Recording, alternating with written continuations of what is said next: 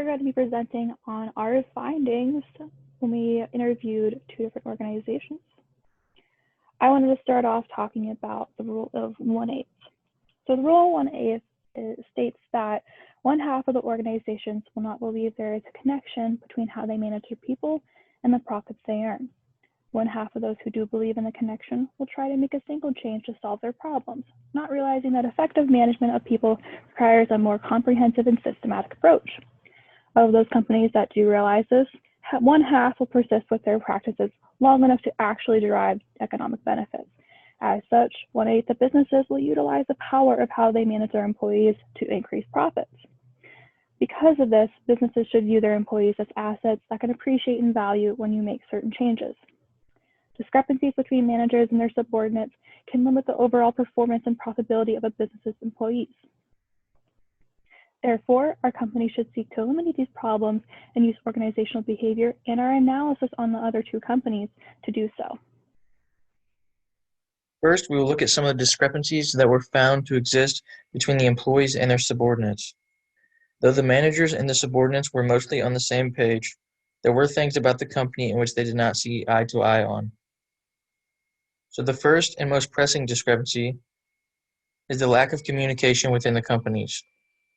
Both managers gave us their respective companies' mission and vision statements, but neither of the subordinates knew that their companies had either of these statements. It is hard for the companies to focus on these values if everyone in the company is not aware of what they say.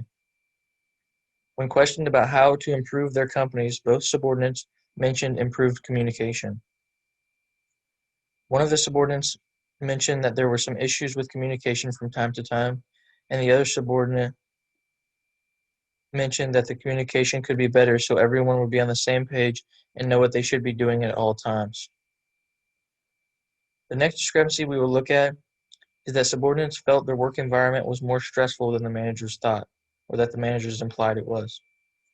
The subordinates mentioned that there were time crunches which caused stress, as well as a stress to learn many different processes and procedures for the company. One of the managers was aware of some of the stressors that existed, while the other manager felt that their company was mostly a stress-free environment. Another discrepancy we found was in the helpfulness of employees during stressful times. While one company was on the same page and felt like everyone was very helpful when others asked for support during a stressful time, the other company was not. The manager felt that the company was very supportive during these times, but the subordinate felt that they were not that helpful. It was mentioned that the subordinate still had to finish her task on her own without much support during these stressful times. The final discrepancy we will discuss is the uncertainty with roles and tasks that exist. The managers felt that their employees knew what they should be doing and what was asked of them, but the subordinates did not always know what they should be doing, which shows that the companies exhibit some role ambiguity. So overall, most of the discrepancies mentioned are based around the lack of communication that exists within the company. If communication was better for the companies, some of the other discrepancies would potentially go away as well, such as the uncertainty with roles and tasks. For this next slide, we're going to be looking at more discrepancies that we found between the managers and the subordinates of a company. The first that I'd like to point out is that we found some more communicative issues as far as discrepancies went. This was, both not just through the management, but also through the subordinates and their peers. Relative for management and subordinates, we found that there was an interesting disconnect between what they wanted their goals to be as far as where they wanted the company to go, what direction they wanted to go in. And they also had some issues, with the mission statement. The manager had to look it up, and the subordinate had absolutely no idea what their mission statement was. So the peers, the communicative issues, this also touches into this next bullet point, which is the culture clash. One of the biggest things that both the manager and the subordinate touched on was that they noticed there was significant culture clash. And this is because the company recently acquired one of their biggest competitors, if not their biggest competitor, but both companies operate completely differently. So this leads to a lot of culture clash. They don't really like working alongside with each other.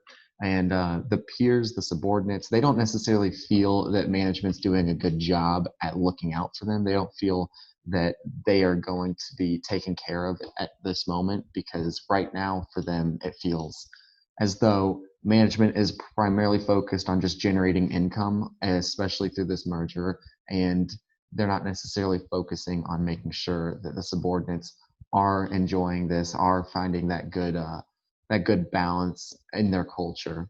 And those are that ends up rounding out the rest of the discrepancies that we found for the second set of interviews.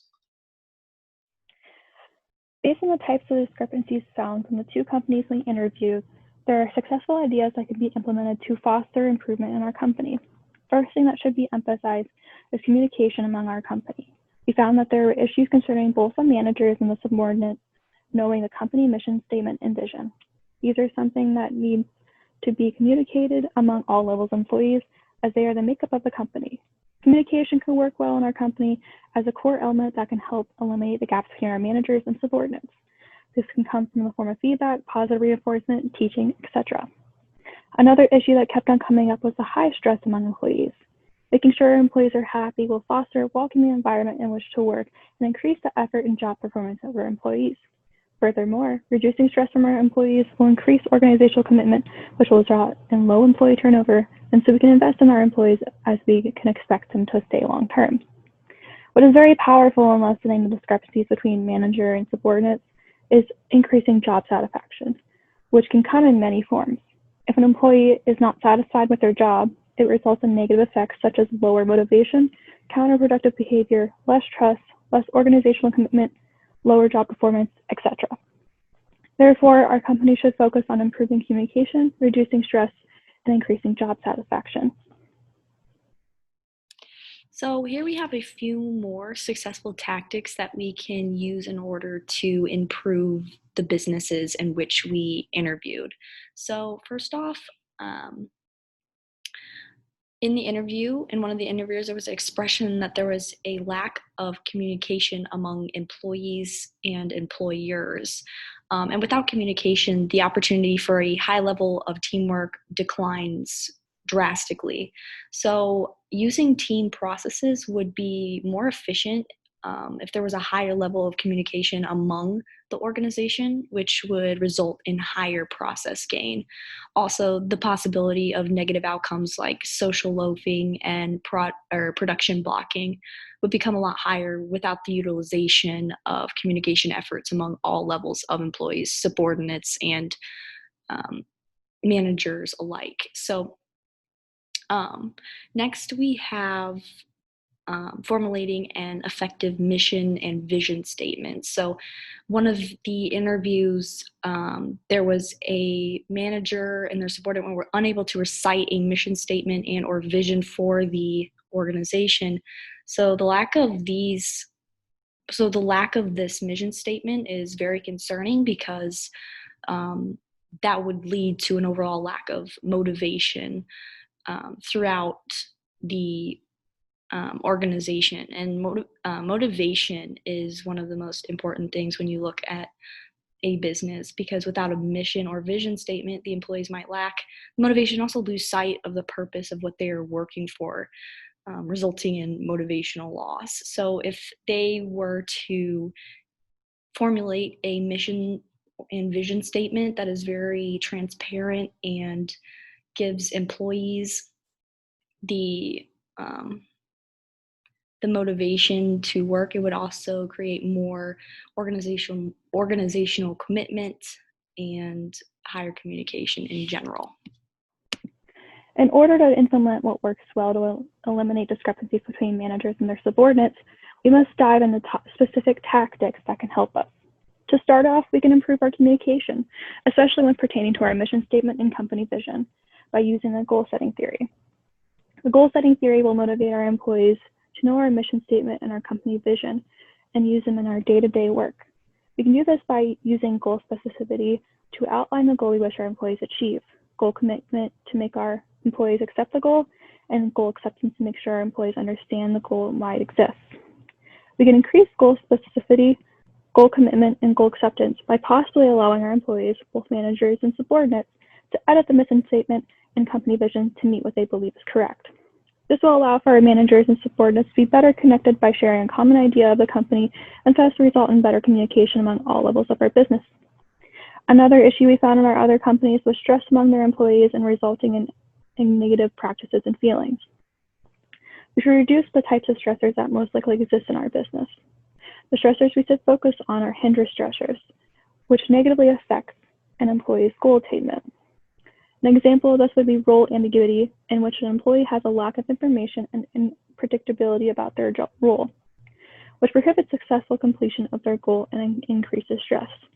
Another type of stressor is a challenge stressor, which can be viewed as something used to push an employee to past expectations in their role.